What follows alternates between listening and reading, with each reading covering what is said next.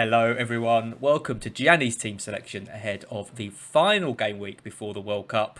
How are you, Gianni? You feeling good? Yeah, mate, I'm really well. I'm looking forward to game week 16. I'm probably looking forward to a bit of an FPL rest, but I'm also very excited about the World Cup and Fantasy World Cup as well. So Mm. yeah, here I am in my Italy shirt. I can imagine all the comments now early on in the World Cup. Well, I don't care. I'm still wearing my one of my favourite shirts. Um, Very brave wearing that just before the World Cup, I'd yeah, say. I know. I've gone World Cup theme behind me as well. Like I'm gonna just be rotating international jerseys on my wall for the next month, I think. Who are you rooting for? I'm rooting for Spain only because I put money on them. Not because I actually want them to win. I just think they've. You never know with the World Cup. Like you obviously backing the favourites, Brazil. Look, if you ask me who you think's most likely to win, I probably would go Brazil. But in terms of value for money and the odds you get for a very young Spanish team with what I think has got the best manager at the World Cup, I'm happy to have a little punt there. Very good, very good. Apologies for if my sound quality is a little bit reduced and my image is a bit of a brightness there coming from. I'm in Sweden, sunny, not sunny Sweden, Sunny Sweden. ish, grey and wet Sweden, unfortunately. But yeah, it's very nice. But I'm using some kind of dodgy equipment that I've I've discovered in this house. So we're trying to make the best of it. Right, we're going to talk about game week 15. There was drama as always. We're going to talk about game week 16. One more week left before the World Cup, obviously. So this is the time to dead end your teams and get those final day punts.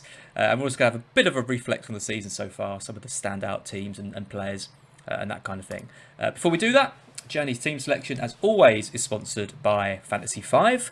If you haven't played Fantasy5 before, it's a completely free-to-play game, which you can play every week, and you can win £10,000 for free. All you got to do is pick 5 players who outscore their fantasy point target, and if they all do so, you win £10,000 or a share of £10,000 if others get it right as well. Guess what, Gianni? There was a winner.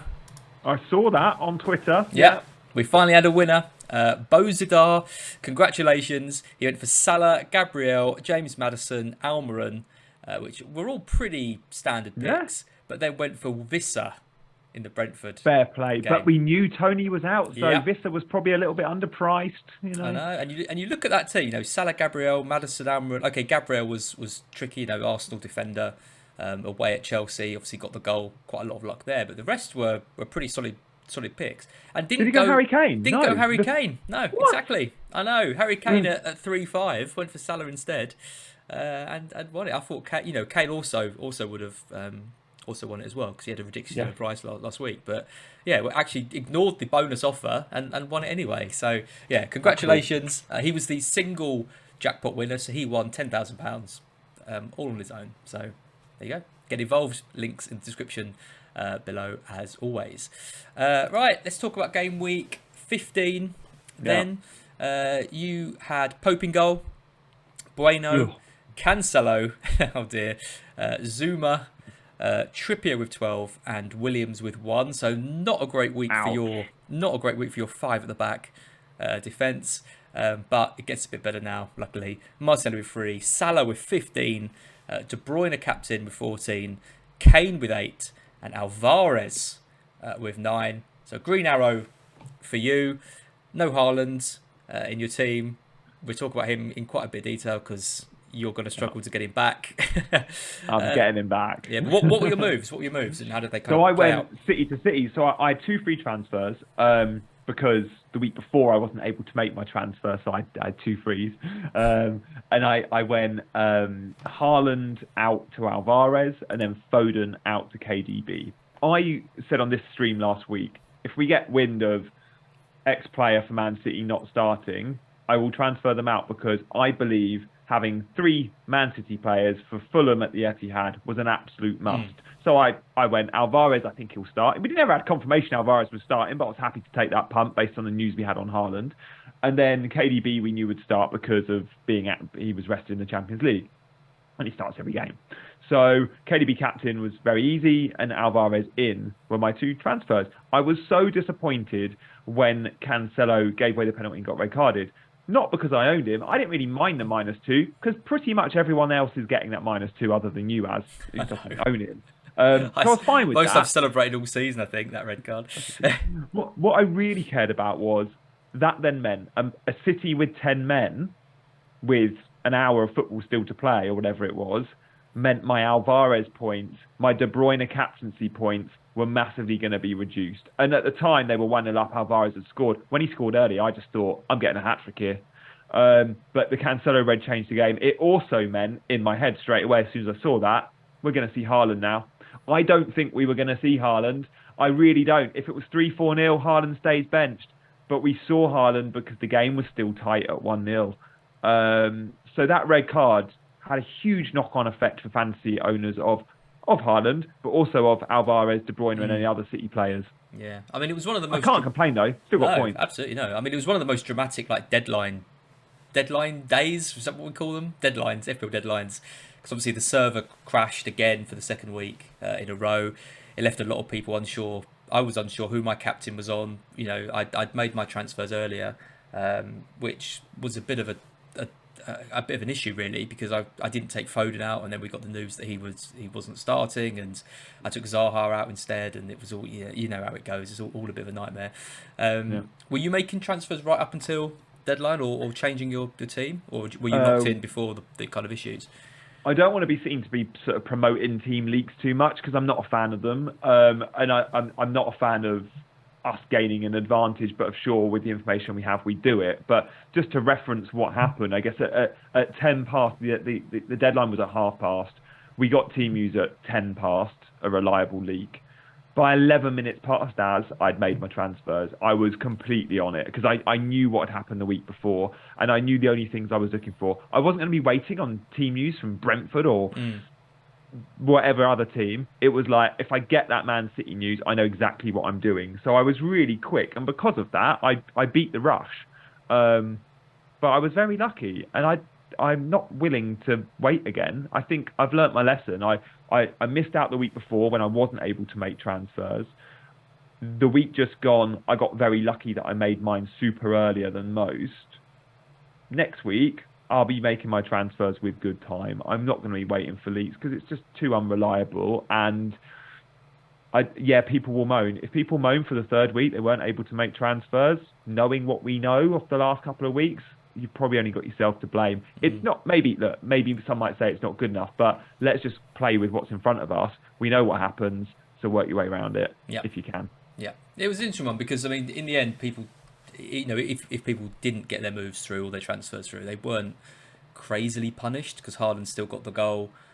You know, I know Salah got more points. Maybe a few would have moved the captaincy over to him and that kind of stuff. But you know, at least, and you know, if you transferred him out, now hopefully you've got him back for this Brentford game. So yeah, I don't know. It was a strange one. I mean, De Bruyne, for example, seemed to me like just such a unbelievably great captaincy option against Fulham with Haaland and Foden both out, and for him to only get 7 points, and you know, Salah to then get 15, and other players to do well. I was disappointed with that. As a KDB owner and captainer, I'd seen and heard how well he was playing up until the red card, and he had a couple of shots as well. It was a game there for him and Alvarez. I actually think, when I look at my team, and I can even consider myself, despite being able to make my transfers, I can consider myself unlucky, I think. But I'm now left in a position, for those that didn't go Haaland to Alvarez, Haaland got 5, Alvarez 9, but you've saved a transfer and you haven't got the headache of having to try and get him back. I'd much rather, knowing what we know now and what happened and the points that came in, I'd have rather stayed on Haaland, right? Yeah. So there we go. The KDB penalty that Haaland scored was good for me, even though I didn't own Haaland and I knew he scored it. As soon as I saw it was KDB that got the assist, I was like, okay, that's actually better for me, even as a non-Haaland owner, because I captained KDB, and the celebration, he got the yellow card, Haaland, which meant KDB went from 1 bonus to 2 bonus, and then obviously he gets the assist. So I had I was net up on that one action of that penalty, despite it being Haaland, who's, I don't know his EO, but it was probably very scary to not own him, and I didn't even look at his EO because I was worried. Yeah, absolutely. And look at your bench though: 6 with Ward, 7 with Bailey, 6 with Andreas. Every time Bailey, Leon Bailey, I've not had points from all season. He's been on my bench, but he does occasionally get these good returns, and it's like, oh, he's on my bench. Yeah, maybe I should have played him. It was new manager bounce at Villa Park. I did consider him or Nico as first sub, and went Nico Williams first sub, and obviously came on for Mitrovic. Yeah, it's a lottery a lot of the time, isn't it? I'm finding that with Good players. I mean, it's another points for Andreas though when people have called on him. Mitrovic going out, he was first sub for a lot of people and comes in. He is a good sub to have. Great to know Andreas. he's on pens when Mitrovic isn't on the pitch as well. We didn't even know that before. No, absolutely. So before we move over to Game Week 16, let's talk about Salah quickly. 15 points for him. It wasn't. I mean, it was a better Liverpool performance, but again, really gifted 2 goals by Spurs as well. I mean, it was a good game in the end. I mean, what did you make of Salah though in that game? Because he's finally rewarded people, but I think he had 2 shots in the game. Is that right? Something like that. And I know it must be slightly painful for you because I know you sold him early, and I know I told you not to. Don't want to talk about it. The first goal I thought was great. Like, it was a fantastic first touch and finish, and Darwin laid it off to him. The second goal was complete luck. Like, Dyer, what a howler from a goal kick. And as much as that Dyer can play in the middle of a back three as the sweeper, but when you've got responsibilities to clear and tackle and track as you do when you play either side of that centre back, Dyer, too many questions are asked of Dyer, and he's shown over the years he's not good enough. He's a good sweeper, and he likes having time on the ball. He's a good passer. That system is very good for him, but it was very good for David Luiz, who was also a rubbish centre-back. But when you're playing that role in the back three, it can suit some players, and Dyer looks very good for it, and David Luiz always looked brilliant for it as well. But Salah, I saw the formation, the diamond in midfield, Bobby behind the front two of Darwin and Salah central. I like it. It was a very good first half from Liverpool. Despite being gifted that second goal, I thought they were very good value in that first half. Second half, it was all Spurs, and Liverpool still sort of limped over the line. I don't have a huge amount of confidence when they play strong teams. And the chances against them is ridiculous, But Southampton at Anfield, I'm expecting a lot. It's a really nice fixture. And I mean, the 2 transfers I made were taking out 2 players with what I thought looked quite tough fixtures this week, and I would have been worried next week. Yeah. And they've actually got all their points this week, and then they've got the good fixture to come. And they might still get them again. So really, really painful. Luckily, this isn't my team selection, so we haven't got to keep going on about it. Tune in for that on Thursday. Yeah. Oh God, I don't think I'm doing one this week. So let's take a look at how you're set up for Game Week 16. Yeah. So you've got your double Newcastle defence, Pope and Trippier. It's Cancelo and Zuma. Bailey is coming into the team. Martinelli, De Bruyne, Salah currently with the captaincy. Mitrovic, Alvarez and Kane with Ward, Williams, Andreas and Bueno on your bench. Okay, let's address the elephant in the room then. You seem to have... Well, you've got a City striker, which is good. It's just not the right one. Yeah, I made the transfers last week knowing if I sell Haaland, I'm going to lose 0.3. And I lost 0.3 and I'm up for that because I genuinely thought Alvarez could be on a hat-trick, right? So I was willing to take that risk. But I also knew the minute I sold Haaland, I knew I was always going to be bringing him back. And that was always the plan. So the plan was always to bring him back, and bring him back I will, as long as we think he's fit. And I'm interested to see if he's even in the squad. I think they play Chelsea this evening on Wednesday night. But yeah, training photos again, I'll be looking at. Personally, I think he'll start. I've seen Pep's quotes on Tuesday. I think I'm okay with them. It's Pep. Pinch of salt.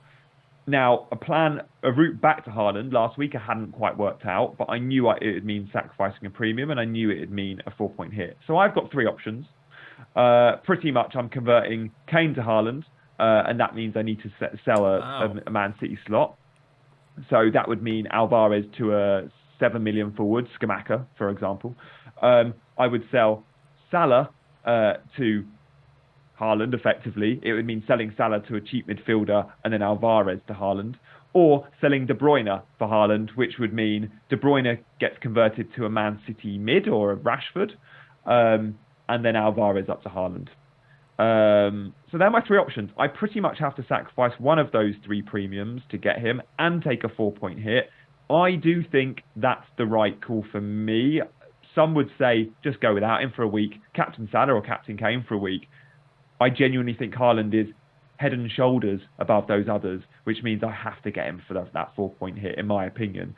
So at the moment, I'm likely to compromise on KDB.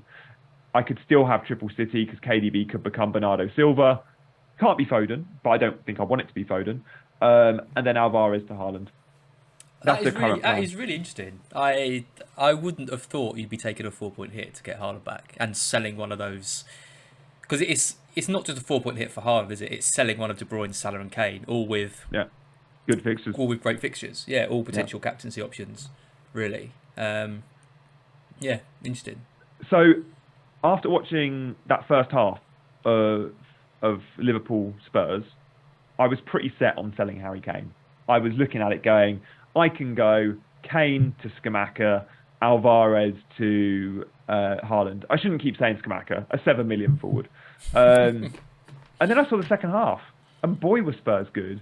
And Kane did what he does, and he looks, Kane's going to want to score before the World Cup, momentum. The Leeds fixture, again, I watched Leeds against Bournemouth, and the last couple of Leeds games, it's like, okay, yeah, they're good and they're scoring goals, but geez, do they allow chances against them? So I watched that second half after seeing Salah in the first half, Kane in the second half, and went, these two guys I can't compromise on. I feel like I can compromise on De Bruyne. As good an option as he is, when he plays on the same pitch as Haaland, FPL history shows us in the first however many game weeks we've had, when they've played together, Haaland outscores De Bruyne. Even when De Bruyne gets good points, Haaland still outscores De Bruyne. We had this conversation earlier in the season. I know Mark was going against Haaland a bit, and he was captain De Bruyne. It was like, it's a good captaincy option, De Bruyne, but he's no Haaland. No, not in FPL. It's true. Yeah, I think out of those three, I think it would be De Bruyne that I'd lose. I don't think you can sell Salah ahead of Southampton at home. I mean, you could lose Kane, but I think it makes sense because I think the Haaland is an upgrade on De Bruyne, and then you can have a bit of fun with that midfield spot. I mean, you could go for another City mid, like you mentioned. You could go for even like a Grealish or a Bernardo Silva or 1 week and just try and hope they just get a massive score against Brentford. I think I'd have 8 million to spend ish, okay. and I can pretty much get any Man City mid other than Foden, who I wouldn't want. So I was currently probably thinking, if Bernardo Silva's rested against Chelsea, he's the one that sort of is pretty reliable for starts and 90s. Remember, I don't want to make these moves last minute. I'm not going to be waiting for leaks. So, if I thought even Gundogan was starting, or Bernardo, or even Amares or Grealish, I'd have the funds to go there for a 1 week punt, which could be really fun. Yeah. Do we know what's wrong with Mitrovic? Do we know why he missed out? He got a knock on international duty for Serbia about a month ago, and we knew when he got that knock that he was carrying a knock to the point where Fulham had been bringing him off in a few games, and he was flagged a couple of times. And it was reported after the game, again, it's a recurrence of that knock. I've got a bit of a theory on this, that he's no worse than what he was 2 weeks ago, that they looked at the fixtures and went, he's knocking on the manager's door going, look, I've got Serbia going to a World Cup. I'm their main man. This doesn't happen much. I want to be fresh. I need a week off because I've been pushing myself to the limit for you guys in the last month from that injury I picked up on international duty. I can play one of these next 2 games, but I need a week off. And they went, we're not going to get anything from the Etihad. They nearly did. But that's your game off. And look, Craven Cottage, Man United at home, game week 16, we see that as winnable. We need you fit and firing for that. I guarantee it'll start. Okay, good. That's because I'm just looking at your team and I'm thinking, okay, you're taking this 4 point hit to sort out your Haaland or lack of Haaland issue, but then you've got Mitrovic with a flag, you've got Bailey, you've got double Newcastle defence at home to Chelsea. Although the way Chelsea are playing at the moment, that's probably not too much of a bad thing. So there probably is other things that you could do if you wanted to have a bit of fun, but at the same time, you've got to deal with Alvarez because if Haaland's going to come back in, he's going to be relegated to the bench, we would have thought. Or could he play on the right? Because Foden's been playing so poor. Well, he's not been favoured by Pep in that right-hand role. No one's really staked a claim to go, I need to play on that right-hand slot in the last month. Now, Bernardo Silva does a great job, but he's also so valuable in the middle. Knowing Alvarez played well against Fulham and scored that great goal, and Pep has said before he can play down the right, it would be so Pep, game week 16, Haaland starts and Alvarez still gets loads of points and starts on the right. Could you imagine? Yeah. So I do wonder if that happens, but I can't have them both. And obviously it's Haaland who I want. Well, I mean, the worst thing to happen tonight would be for Alvarez to be benched and Foden to play. Yeah. Because then you've got to think that on Saturday, Alvarez has had a little rest and he's been doing well when he probably comes back in. So they could either go to 2 up top and change things around a bit. I think Foden will start tonight. I think Chelsea. Alvarez might start and score goals, though, come off at 60, and we go, he could start again at the weekend. Yeah. One thing I don't think I'll be doing, though, is waiting for team news. And, guys, for those that are looking at that, don't take the risk this week, I don't think. Yeah. It's been 3 weeks on the trot. Make your transfers early this week. I do think you need to Saturday morning. Foden is a player who I did not think was going to be an issue. I know, I and I we all just sold Trossard for him, didn't we? I know I know. I just thought he's got that spot, the left spot or the right spot nailed down, Yeah. one of the two. He's been playing really well, scoring best form ever, and he something has happened. Something has happened. I swear behind the scenes. This happened last Christmas, didn't it? And we later found out he was on the naughty step. But at the time, I think he had an incident with Grealish where he was out late. But again, it was around the Boxing Day fixtures. We all had him in our teams, and it was away to Newcastle at St James's Park, and out of nowhere he was just benched, and he missed a few games. Something similar has happened again. It must have done. It must have done. You can't go from starting every match this season to missing three in a row. Big ones as well. Like the Premier League's so important. They're not even they hadn't even been top of the league. It was like yeah. Poor Mahrez, he still can't even get a start. Bless him. Yeah. I've got Mitrovic flagged. You mentioned my double Newcastle defence with Pope and Trippier. I could play Ward. Like West Ham haven't been putting up trees, and Leicester keeping clean sheets galore. But I do look at that fixture and think Chelsea have been so poor. St James's Park. I'm not convinced Chelsea score in that game. So looking at forgetting that I've got Trippier, looking at it in isolation, Pope versus Chelsea at home, or Ward on the road to West Ham, and that is the bit that does it for me. It's that away fixture. I do think West Ham score, and I think I'm going to go Pope. I think Newcastle will be pretty confident of getting a win, I'd say, against Chelsea at the moment. They've got to be favourites. Yeah, they have. They're playing incredible football, incredible stuff at the moment. Let's talk about some of your picks then. So you talk about maybe taking De Bruyne out and getting a Rashford or someone.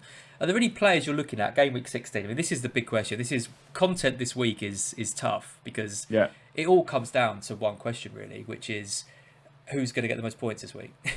Look, I as always I'm defaulting back towards Man City for obvious reasons, but I do think there's a few nuggets, players that I'm probably not going to buy, but I like the look of. I think Wilfried Zaha, I know you've just sold him, and I know so many have just sold him. Don't say that, Gianni. He goes to Forest, and one thing we've learnt from Nottingham Forest still is they look like they're going to concede tons of chances. And the best thing about Zaha, which unfortunately his owners weren't able to benefit from, was at the weekend, yes, he scored a goal and got an assist, but it was where he played. He's not been playing down the middle, he's been playing wide left. Well, at the weekend, they played a 4-4-2, Ayew wide right, Eze played on the left, and it was Wilf down the middle with Elise. That front two was so good against West Ham. Beating West Ham at the London Stadium is a really good result for Palace, who aren't always great on the road. Well, they're on the road again to Nottingham Forest, and I think they'll be unchanged. And I think we'll see Zaha down the middle again. Has the penalty appeal too. He's a good pick with Zaha against Forest. I just didn't see it. I just didn't see him coming away from that game. West Ham's defensive numbers have been so good. Palace's attacking stats have been so poor. And Zaha's own, stats have been poor. But that's on the left. And now he said to him, look, Edouard wasn't doing it, and Zaha can do it. And we know there's a player there. It's such a shame for the Wilf sellers that they only got that insight into him playing centrally, and that turn of performance the day after they sold him. Yeah, gutting really. It's a classic thing with FPL, which is patience. Which is where does patience with a player end and stubbornness begin? Because I'm looking at that and thinking week after week I'm sticking with him throughout the good fixtures, and I look at the West Ham away game and I think, hey, this is a tough one, and he hasn't been there. He hasn't been doing it, and so I take him out. And if I'd taken Foden out instead, I'd be 12 points, 13 points better off. It's big. You get punished hard for things like this. It's quite difficult to take, especially when the last goal as well is, first of all it's a Elise goal, and then it's an own goal, and then he gets the assist, and then he gets the bonus as well because he wasn't on for bonus before that. But I've got to stop talking about my team Zaha. Sorry, but the other one is really Brighton. The other one is Brighton though. In terms of fixtures, I know Aston Villa looked really good against United, but the new manager bounce. Yeah, we've seen that with Emery. And it could continue, but going away to Brighton, I think, again, I'm not sure you'll get a huge amount of optimism from Villa fans in that particular fixture because Brighton have been so good. The way Brighton are playing, knowing it's at Brighton, and the way Trossard's been playing, I just think Trossard's a nice little punt as a game week 16 too. He's had more shots. I think Scout tweeted yesterday, I saw a tweet from Scout, something like since De Zerbi's taken over, only one or two players have had more shots than Trossard in the league. Yeah. And he's playing centrally. He wants to get in that Belgian starting 11. There's talk that it will be Trossard starting for Belgium, and I think he's got a really good chance. He's certainly good enough, instead of the likes of Hazard, who's been such a good servant, but it hasn't been playing well. So, still an incentive there. There's also a transfer. His contract's out, I think, at the end of the summer. So, clubs will be sniffing around Trossard in the January window. Chelsea in particular, there's a lot of incentives for... It could be his last game at Brighton. Seriously, it won't be. Gianni, why are you saying such horrible things today? So I like Trossard for his last game at the Amex, which it won't be, because game at the Amex. You've got it's a January window, isn't it? And the season comes back the 26th of December. But there will be clubs looking at Trossard this window. They probably won't get him. They won't get him till the summer. But if Brighton wants the money for him, they've got to sell him in the winter. So I'm just looking up when his I think his contract's up in the summer. Yeah, it is. Oh God. Oh, yeah. we do have an option to extend it by another year. Okay. Which obviously we would. Oh God, I didn't realise it was that soon. Mate, if he has a good World Cup as well. Yeah. You know, he's a top 4 player, isn't he? He is. He's got the potential to be. Yeah, he's still frustrating, and he can be inconsistent. But I do wonder what he would look like if he was put into a top team. I mean, someone like Newcastle, for example. Yeah. If they came in for him, you know, big, it'd be really hard. You know, if they're in the top, you know, they've got top 4 aspirations, and they put in a 67 million bid for him in January. Oh God! Oh, what a horrible note to end. Yeah, sorry, mate. Yeah, Maddison's another one that Newcastle I could see happening, but they'll probably test a Leicester resolve again. But yeah, and again, Maddison's another good punt. Yeah, he'll be gutted with not making the England squad if he doesn't. But if he doesn't make the England squad, I mean, that is the biggest joke I think there is. I mean, come on. I'm gutted for him because I don't think he will. I don't think he will make it, but he absolutely should. I think he'll make it. I think he has to. I think Southgate. There's no benefit to him not taking him because he's clearly the most X factor. Yeah, he's the X factor. Every squad needs someone that can do a little bit different to everyone else. Well, Mads does that. No one's saying put him in the 11 straight away. They're saying he needs to be in the squad. Yeah. I mean, I'd have him in the 11, but Southgate wouldn't. Well, we don't have. I mean, we don't have that creative midfielder. Really, you know, our most creative midfielder is arguably Ward-Prowse or Bellingham or someone. I mean, we've got Mount as well, but Mount and Grealish and Foden could all play there, but you know, I think they're more likely to play a bit further up if that happens. I don't know. I think considered wide forwards, aren't they? You know, Mason Mount isn't a wide forward, but that's where Gareth likes to play him. Yeah, absolutely. Let's just talk quickly about kind of the table so far. So we've got Arsenal top of the league. I don't think too many of us would be expecting that at this stage. 34 points. They'll really want to go into the World Cup break top of the league. A very winnable game against Wolves. So you would think this was how the table will end. You know, going into this break. Newcastle in third. Incredible stuff for them. 27 points for them, and Spurs in fourth. Do you think that's going to change much? I mean, we've got Chelsea right down in 7th, Liverpool down in 8th, Man United in 5th.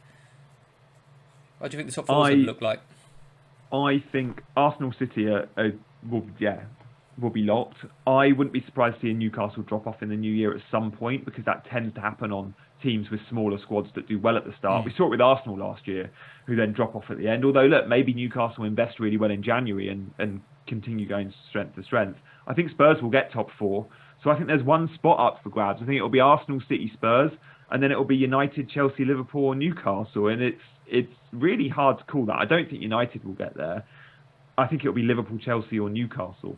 And I'm not confident over Liverpool, just like I'm not over Chelsea.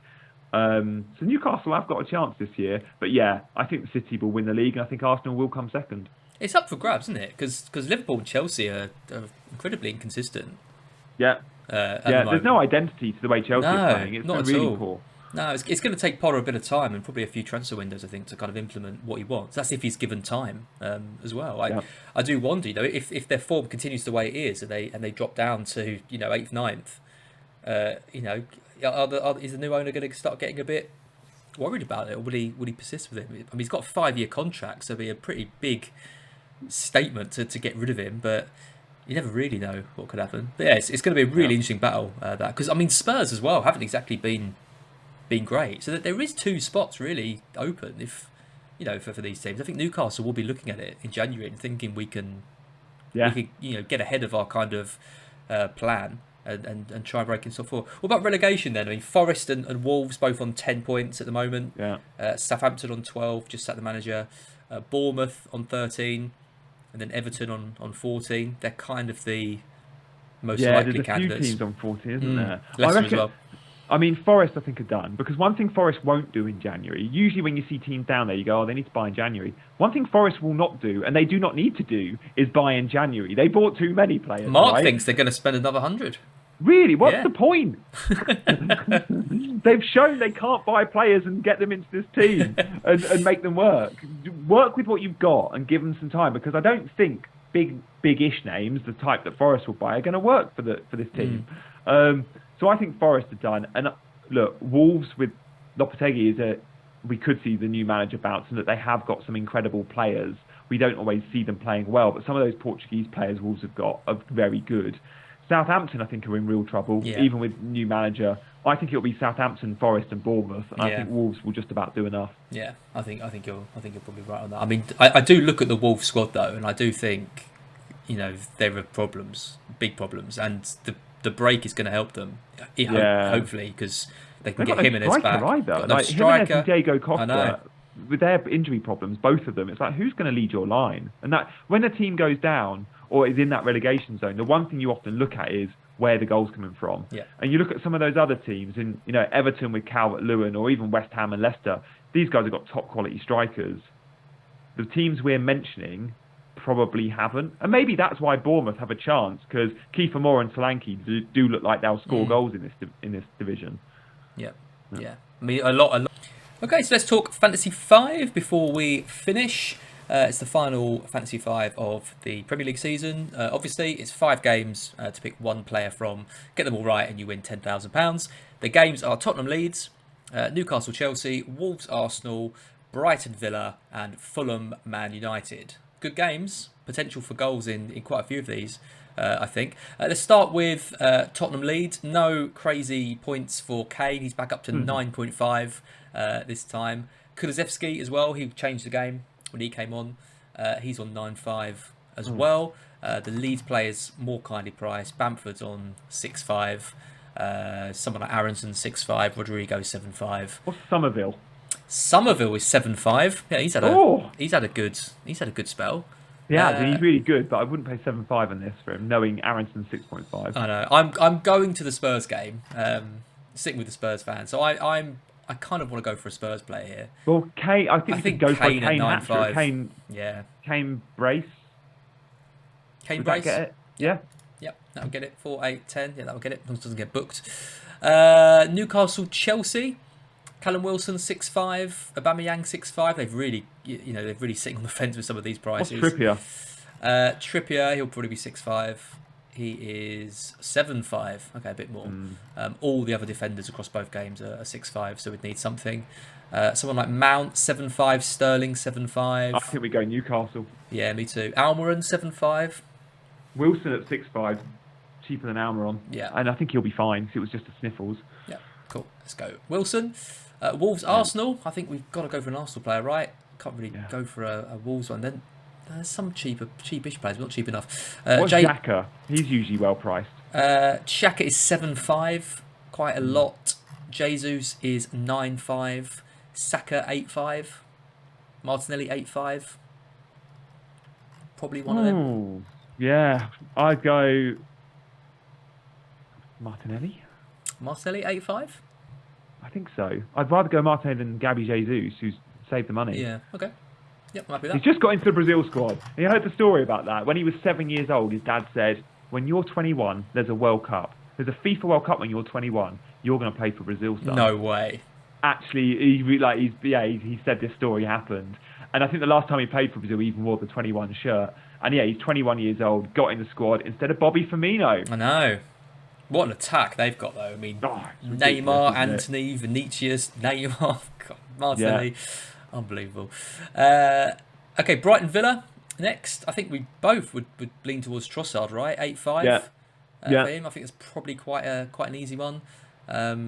Welbeck 6.5, McAllister 7.5. It's got to be Trossard, doesn't it? I think so. I'm surprised. McAllister gets in the Argentina squad. Like, Yeah. that's mental. I know. There's pictures of him with his arm around Messi. That's crazy. All that stuff. I know. And Fulham United next. Mitrovic, not kindly priced, 8.5.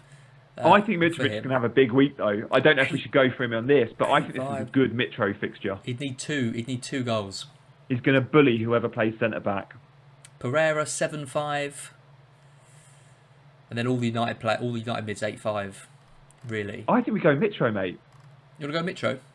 I think Mitro is going to have a big game. I think United just conceded 4 to Villa, and it will be Lindelof. It'll either be Lindelof and Maguire with Martinez. So it'll be one of them. Whoever it is, if it's Lindelof, Mitro will have loads of fun. Mitrovic it is. Done. In. Beautiful. Gianni. We've got a few flagged players there with Wilson and Mitrovic, but we'll be fine. Yeah, we'll be all right. They'll make it. They'll make it. Gianni, it's been an absolute pleasure, as always, doing these last 16 weeks of team reveals with you. Enjoy the World Cup. Back. Enjoy the time mate. off. And we'll be back. Great. We'll be back just in time for Christmas. Yeah, sounds good. Weirdly enough. Yep, excellent. Thanks. And everyone, thanks for watching, and we'll see you soon. See you guys.